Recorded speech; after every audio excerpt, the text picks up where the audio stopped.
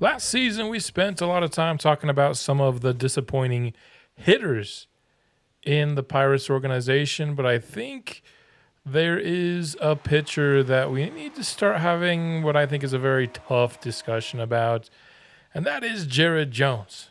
Since the start of this franchise, I've really penciled him in as kind of the two guy behind Paul Skenes, but he really hasn't performed at the level that we wanted to, and he's off to another rough start here again.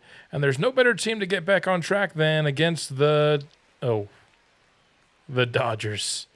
You got to feel for the guy trying to get back to playing well against the Dodgers is no easy feat, and right away, the Dodgers get a solo homer from Freddie Freeman, his 400th. A milestone home run for the opposing team is how we start today's Jared Jones spotlight episode. Even though, it is the Dodgers, it's cool to see players hit milestones here like that for a player that's really awesome in Freddie Freeman. But for Jared Jones, the argument isn't that it's not that he's trash by any means. He hasn't been terrible. He's certainly maybe not lived up to the expectations that I would want for him. But for Jared, he's got this year and then 2 more years of team control left on arbitration. And so the question with him isn't, is he trash or is he playable? Is this the guy that we want to keep on the team long term? We're getting to the point where I think extending him, buying out his arbitration years, we don't get enough of a discount to do something like that, to really consider it. So it's really going to be probably keeping him on arbitration and then hoping in free agency we can get him back on a reasonable deal if we want to keep him.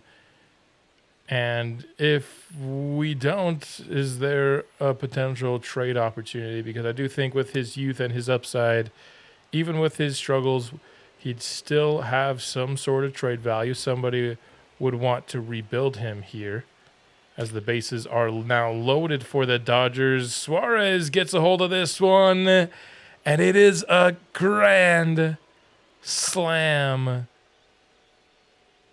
We've got an opening inning grand slam and a career milestone 400th home run given up here in the first inning. I don't think this game on the Dodgers is going to help get Jared back on track by any means.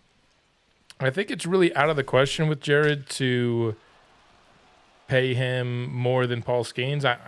It's hard to justify having a pitcher on your roster that's being paid more than Paul Skenes, but with the contract demands in this game, there's a chance that once he hits free agency, that's the kind of contract he'll demand, especially if, he ends up breaking out maybe in his final season and he's off a good season. He's certainly going to want more than what we're paying Paul Skenes, and I just think that's not an option.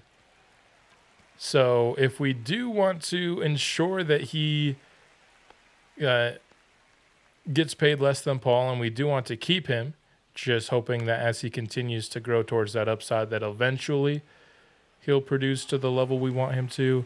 I think that contract is already north of $25 million a year. And that is just so tough to commit to based on the production that we've seen. Kind of like with O'Neal Cruz, he was a guy that I was hoping we could get ahead of on an extension and get that discount. But up to this point, I'm glad we didn't decide to do that earlier on in the series, because as of right now, that would be a pretty bad investment for us.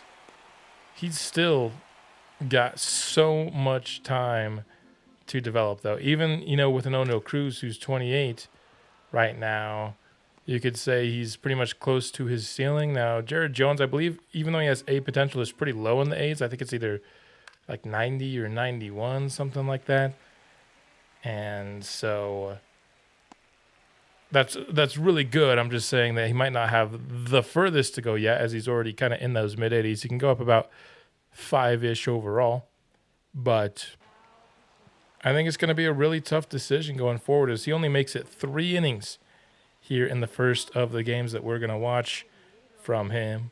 Though, in his defense, the Dodgers are really, really tough to play. You always, I feel like, want to get at least one game against the Dodgers whenever you're doing a rebuild just to see how far away you are. And they certainly made easy work of us. We kind of kept up pace with them hits-wise, but we didn't have the run support on offense either. And this game was over in the first inning as the Dodgers win the series 2-1. But we're not done watching Jared Jones. This is going to be the Jared Jones episode. I'm hoping that now that he's facing off some easier lineups than the Dodgers, that he can get things turned around. And if he ends up with good numbers this season, I can potentially see trying to secure him long term as soon as this offseason, because we are still at a point where he'd be less money than Skenes, but it's high enough that I'm certainly not going to be willing to do it unless I'm confident he will produce. But what has really been his struggles? I mean, you look at his ratings and you don't really see anything too concerning as you see Josh Bell has changed numbers. Shout out to the comment section for helping me out with that. Changed between the 2 games in this episode, as I had already recorded the first game when somebody shouted out that we should change Josh Bell's number. But his biggest problem so far has been that he gives up some homers. And we saw that against the Dodgers when he gave up 2 there in the first inning. I think he's got good stuff, good velocity. He can strike people out. He doesn't walk a ton of batters, although that was another problem he had in that Dodgers game we just watched. It's really been the homers that he's struggled with more than anything else. And despite the fact that he really struggled with that last year, he got a nice +5 boost, but it has kind of been coming back to bite him here again this season. And coming off a rocky series that we did last year, I'm pretty used to pitchers giving up home runs, and as long as that's kind of the only thing they do, I'm fine with it, because you'll end up with really good games when you hop in if the only thing they do is hit homers, but he needs to get better in that area. Just saw in the updates there that Ronald Acuna is coming off a game where he hits the cycle, and that kind of leads into the next thing that I want to discuss here in this episode. And that is something that I brought up last episode in terms of trying to get out ahead of some of the other contracts not named Jared Jones, in terms of the guys that we're probably going to be bringing up here this season and the hitters. I appreciate the feedback that I've gotten so far on it as we get a double play here. Tag him out, throw him out from Jazz Chisholm over at third. I think there's a lot of upside in doing it if you do it extremely early. I'm not as interested in doing it only to buy out the arbitration years. Just the way with arbitration being so much more expensive in this game, you don't get enough of a discount when you're only buying out the arbitration years and maybe one renewable year to honestly, I think, make it that much worth your while. If I'm still paying you $20 million, which is easily what it's going to take if you're only buying out the arbitration years to get a long-term deal done. Even with a guy like O'Neal Cruz, who hasn't produced at all, he was already looking for $20 million last year to buy out his last couple of years of arbitration. So a guy like Fink or a guy like Jan, they'd be asking for at least that. And that's not enough of a discount. At that point, I'd rather just keep the flexibility. So I'm either trying to get out ahead of it like within a year, like the Braves have done so many times, and some other teams have done the same. A guy like Tatis comes to mind when he got 13 years with less than a year of MLB experience. And then, of course, pretty much the entire young core of the Braves got signed within a year of them making their MLB debuts. So if I'm going to do something like that, it's likely going to be like right away or potentially not at all. Maybe for some, as long as it can stay around like 15 mil or less, I could see doing it after year 2, which has been suggested, but for the most part, I'm either get out ahead of it right away or keep your flexibility, because I think flexibility is also nice. Being able to maybe fill some holes in free agency of things that your team needs, but also with our budget, I mean, we don't have the smallest budget in the world. It's already grown. I showed earlier on this season, we already have a $200 million player payroll, which was more than the budget that we had in year 1 by a pretty decent bit. But it's still not an infinite budget. And with our farm system being so incredibly loaded, we were the number 1 farm system after the first year of drafting that we did. And then I can't imagine what our projected future salaries are now with a second draft. So the only chance that we have of really keeping most of this core together at all is to get out ahead of it early. But I can also see the risk of, like I said, how I wanted to do it with Cruz earlier on in the series and how I wanted to do it with Jared Jones. And that, I think, at this point would have been a huge mistake had we done it with either. You can always do trades to get off of salary as well, but that's my thought in terms of paying guys early. Before we get into the next Jared Jones game, I think it's time to promote Billy Fink. 139 at-bats now at AA.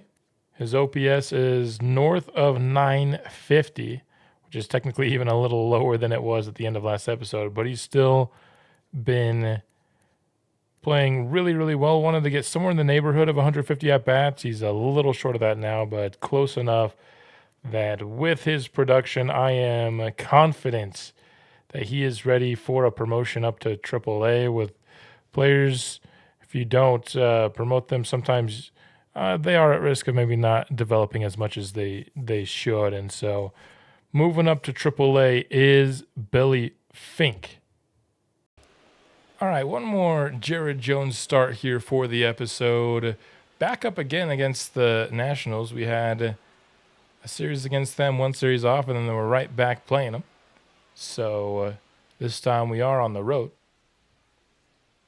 He had a much better performance against the Nationals last time out. Wasn't quite able to make it 6 innings.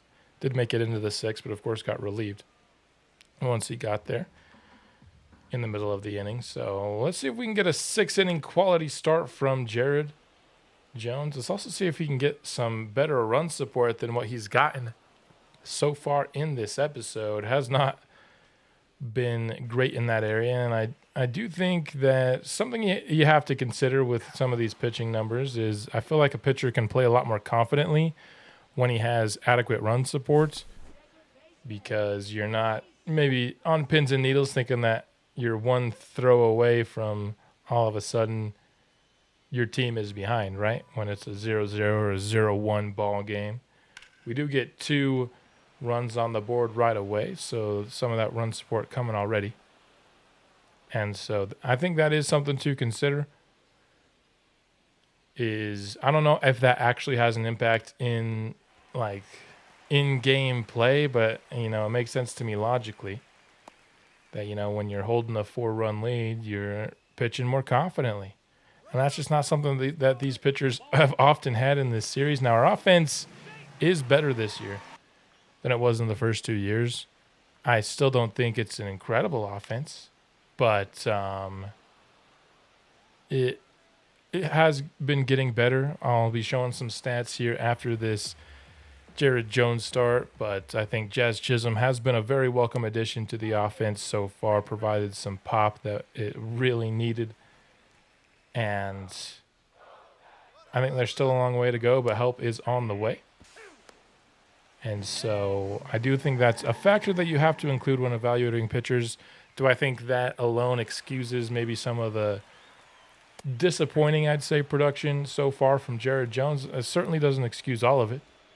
But if you're trying to stay optimistic about Jared Jones, and I would love to stay optimistic about Jared Jones, that could be something that you point to. Just give him an offense and all of a sudden maybe giving up a solo home run every now and then, which he's probably going to do because he's shown us he does, then that becomes less of a problem.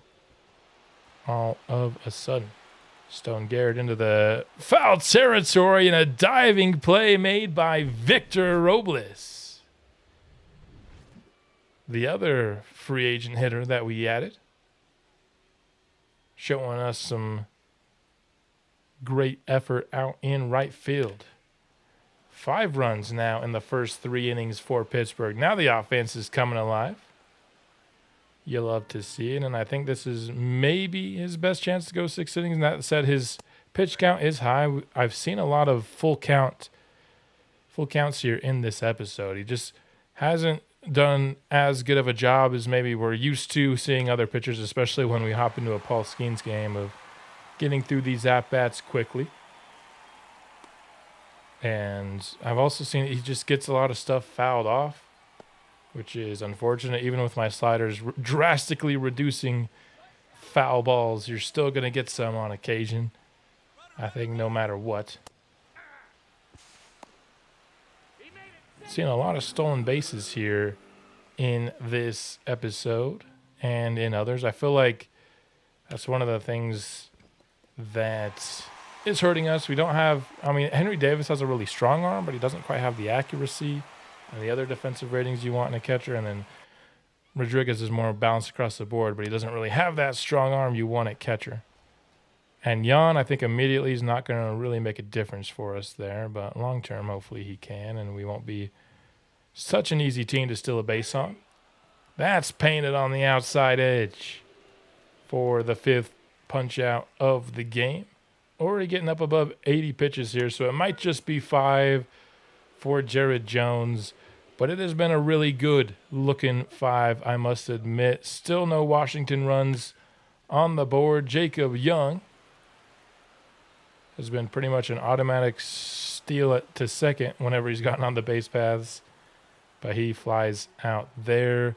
And as predicted, it would just be 5 innings, but I think those 2 starts against Washington hopefully can be the start of a turnaround for Jared Jones, despite the fact that he wasn't able to get through 6 for, the quality start in either of them. He was able to keep the runs low, able to keep those strikeouts high, and after allowing those 2 home runs in the first inning of his first appearance of the episode, that was not a problem for the rest of it here, and he picks up a win, getting him to 2-5 on the season. As a whole, the Pirates would finish 30-34 after the month of May here. We have technically become one of the 10 highest rated teams in baseball right now, so the fact that we are sub 500 has got to be a little bit of a disappointment. It's right around where I expected this team to be, though, if I'm being honest.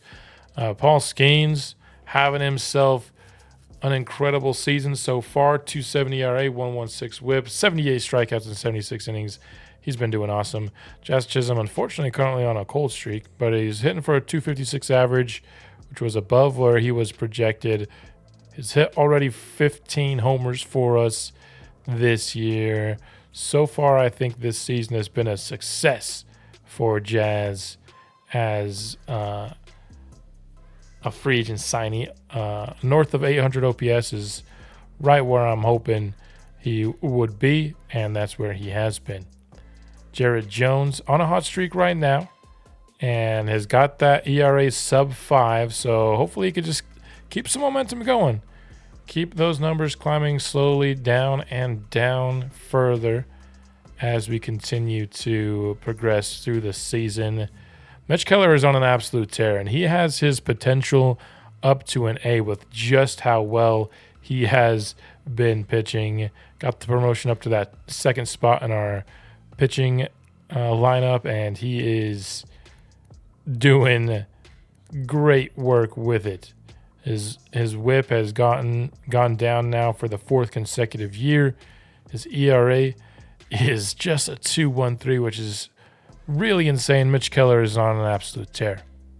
Brian Reynolds currently hitting for a 300 average for us, which is really awesome. His OPS is up above 800. which is great for him. Unfortunately, O'Neal Cruz, I think it's just time to give up on the man. I don't know what to do. There's not really much we could do to trade him. I don't think he has trade value right now with how poorly he's performed. But I've been rooting for the kid for a long, long time and hoping he could just turn it around at some point. But this is about to be, if this continues, his 4th consecutive season with a decreased OPS. That's not what we're looking for in that spot. And Billy Fink is absolutely mashing in his first 53 at-bats in AAA since we promote him early on in this episode. So his time in the minors his days are numbered. We'll just say that. He's not going to spend much time. He is decreasing his discipline, which is kind of unfortunate. But Romero, I know he was having a great season last time we checked in. That has continued. 24 saves to just 2 blown saves. Been an awesome closer for us this year. Walks are still a little high, but lower than they were the last time we checked in. Still has not given up a home run, which is why you're seeing a +4 to his home runs per 9 rating so far this season. Willie Castro currently on a hot streak, but overall, just a little down from what he showed from us last year. Certainly not playing well enough, I think, for us to consider an extension prior to him hitting free agency in the off season. Luzardo currently is injured, but it's just a minor injury, so nothing too crazy to worry about here. Not pitching as well as he did last year, unfortunately, but also, not bad. He's pitching in that 4 spot for us, and this is solid stuff. It's better than we've been getting from Heaney in the first 2 years of the franchise from our, token lefty. Yohan Oviedo, not doing great either. This is his last season of team control. Thinking he's probably headed out. How has Robles been doing as our leadoff man? Unfortunately, he's losing 2 contact. Hitting 283, which has been his highest average so far in the rebuild. Also his highest OPS. So I think he's doing pretty solidly for us. Not really much to complain about. 18 stolen bases to 4 caught stealing here. Was hoping maybe a little higher, but 18's, a really solid number. Nick Gonzalez up to a 79 overall. Progressing against right-handed pitching, not so much against left. Ooh, big drop off. More like what we saw in 2025 than we did in 2026 from Nick Lopez. Numbers-wise here. How is David Yan doing in AAA? Well, he's hitting for a 300 average with 6 home runs so far. He's up to a 78 overall. Another man who has his days numbered in the minor leagues. Bubba Chandler, unfortunately, is going through a really rough stretch. The strikeout rate has been pretty good, but ERA in the high 5s with a 1.6 whip, not looking super hot for him at the moment. One thing I was considering, if Jared Jones was still on a cold streak, was maybe even optioning him down to the minor leagues. He's never used any of his options just to kind of get him on track. But now that he's on a hot streak, I don't think that makes much sense. But especially after that Dodgers game, it was certainly on my mind as an option. And if he stays kind of around these markers, I could see that happening. I could also see us deciding to give Bubba Chandler some time in AAA. In fact, I think that's what we're going to do. We're going to, it will unfortunately be his second option, but I think hopefully he can get things going again. We're just going to bring up Burrows here to the major league squad. We'll bring Oviedo in right there, and then we'll bring Burrows into the long relief rotation for the time being. Hopefully that can help Bubba get some of his groove back, because he pitched really well in AAA for us last year. Other players to look at: Albert Sweeney, 9 homers so far. Starting to progress some power against right-handed pitching at least. But not doing as well as I would have hoped for a player that high overall playing in AAA, honestly. Another player to look for is Pedro Ponce. He was really struggling the last time we looked, but doing a little bit better now. Still not a ton of hitting development so far. +3 discipline is nice. He has 30 walks to just 37 strikeouts, so that's a good ratio for a young player. Brown, 291 average. He's developing more against left-handed pitching than he has right-handed pitching so far this year. And Buford Kingman, 285 average with 4 homers, getting some pretty solid development here. Another guy who we've got to have kind of on the clock, thinking about when it might be the right time to send him up. I think there's a chance that next season Robles is playing center for us, and that would give Buford Kingman the chance to come in and play right. That makes a lot of sense to me. But we'll see how things go. Willie Castro, if we decide to call up Billy Fink, he also has a bunch of position flexibility. He can play pretty much anywhere we ask him to. So we'll see how things go when we start bringing some people up.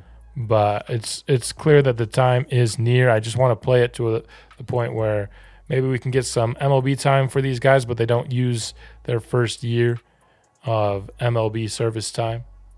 So that's kind of the game that I'm going to be trying to play with a lot of these prospects here going forward this season. Overall, just sub 500. Again, according to my expectations, that's kind of where I thought we would be. But maybe according to what the league thought of us, which they predicted an 84-win team at the start of the year, we're a little bit underneath those expectations as it currently sits. What are we doing good at, though? That is always something that I like to take a look at every now and then. In terms of batting average, our Pittsburgh Pirates are 21st in the league as it sits. We didn't take a look at Spencer Horace, but he's actually hitting pretty well at a 292. He has the second highest average on the major league squad in terms of turning that average into runs. Scoring wise, we are down to 28th. Not doing a good job in that part of the game. Are we hitting for extra bases? Doubles wise, no. So it looks like we're hitting a lot of singles, which isn't necessarily the worst thing, but you'd, of course, love to hit for extra bases. Tied for 24th in home runs. Jazz Chisholm by far our most productive player there. In terms of stolen bases, we got some pretty good team speed, and we end up in the 9th spot there with Robles being the lead man there. His 18 steals, so he's behind Hamilton here. He's behind Garcia, but, he's up there for sure. In terms of drawing walks, let's see where we are here. Not a very big strength of ours. Striking out, we are, where are we? Oh, so we're actually pretty good. We have the 5th fewest strikeouts in the entire league. I wasn't expecting us to be so high. So I wasn't even looking for us at this part of the graph here. Slugging, we are 27th. So not doing great there. How are we doing with our pitching?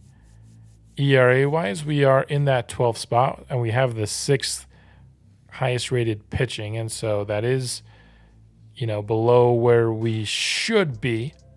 And I think the disappointments of Jared Jones and maybe Bubba Chandler and even Yohan Oviedo in one of our long relief spots are big contributors to that In terms of saves, we are tied for third, and Jojo Romero's 24 right now. Looks to be second only to Will Vest from what I'm seeing here. We are also great at not blowing any saves. So when we get in the opportunity for a save, we save. 9th in terms of hits allowed. 8th in terms of runs allowed. In terms of home runs, 7th. In terms of walks, 10th. In terms of strikeouts, 10th again. So there you have it. There's where we ranked. I think, obviously the offense is still behind the pitching, although I still think the pitching could be a little bit better. Sometimes, good offense helps the pitching. You scratch my back, I scratch yours. And I think the offense getting better is something that is going to be happening very soon, just courtesy of the young players getting called up. But something to consider going forward is the offense still has a lot of room to grow. That's all I've got here for the episode. Hope you enjoyed it. We'll be back soon with more Pittsburgh Pirates franchise. Until then, let's go Bucks.